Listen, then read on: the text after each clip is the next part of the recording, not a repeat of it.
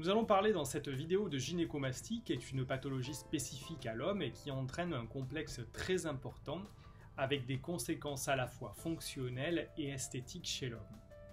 Tout d'abord, il faut vérifier qu'une gynécomastie n'est pas due à une maladie sous-jacente. C'est pour cela que chaque homme qui va me consulter pour une gynécomastie devra bénéficier d'une prise de sang avec un dosage hormonal afin de déterminer s'il n'y a pas une origine endocrinienne à sa gynécomastie et un bilan d'imagerie afin de vérifier qu'il n'y ait pas une origine locale à la gynécomastie telle qu'une tumeur ou une origine testiculaire, car parfois des cancers du testicule peuvent entraîner des gynécomasties. Heureusement, la plupart du temps, les gynécomasties sont bénignes, on dit qu'elles sont idiopathiques et elles sont accessibles à un traitement chirurgical qui est très efficace et soulage considérablement les hommes qui en sont atteints. Quelles sont les conditions pour pouvoir se faire opérer d'une gynécomastie? Alors tout d'abord, il faut que le bilan biologique, la prise de sang et le bilan radiologique soient normaux, afin d'éliminer, nous venons de le dire, une pathologie sous-jacente. Ensuite, il faut avoir terminé sa puberté. Bon nombre de gynécomasties sont transitoires pendant la puberté. Il faut à ce moment-là rassurer l'adolescent et lui dire que sa gynécomastie peut régresser spontanément. Parfois c'est le cas et parfois non, et là ça devient donc une indication chirurgicale. Ensuite, il faut que cette gynécomastie ne soit pas liée à un surpoids. Et les patients qui sont obèses ou en surpoids important ne pourront pas se faire opérer car en général cela donne de mauvais résultats. Si toutes ces conditions sont réunies, on va pouvoir programmer l'intervention. Elle pourra être prise en charge par la sécurité sociale si la gynécomastie est glandulaire, c'est-à-dire qu'elle est due à la présence d'une glande mammaire et non due à la présence uniquement de graisse, et si elle entraîne une gêne importante, esthétique et fonctionnelle dans la vie de tous les jours. Si ce n'est pas le cas, on pourra tout de même l'opérer, mais à ce moment-là, ce sera une intervention de chirurgie esthétique.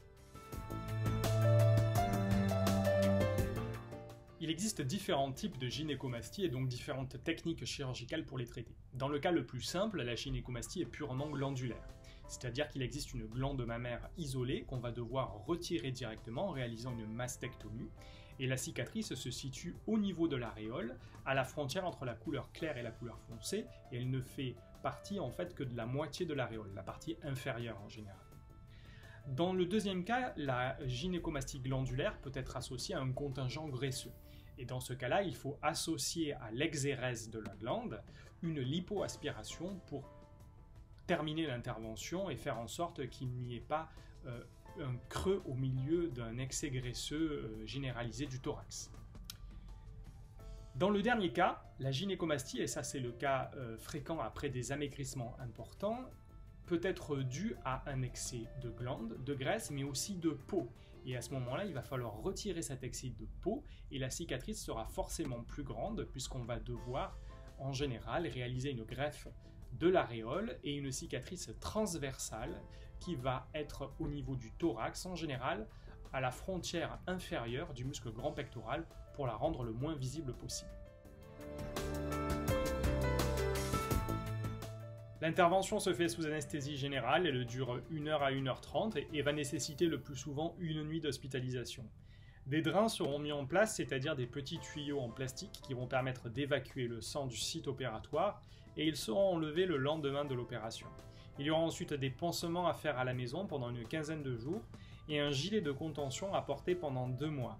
La reprise du sport ne pourra être effective qu'au bout de 2 mois après l'intervention, une fois que tout sera bien cicatrisé. La cure de gynécomastie est une intervention simple qui donne souvent de très bons résultats. Les risques de complications sont assez minimes, on rencontre le plus souvent le même type de complications qu'on peut avoir dans la chirurgie du sein chez la femme, c'est-à-dire par exemple un hématome, qui est la survenue d'un saignement qui va entraîner une collection, une poche de sang dans l'endroit qu'on a opéré, qui nécessitera d'être ponctionné pour être évacué.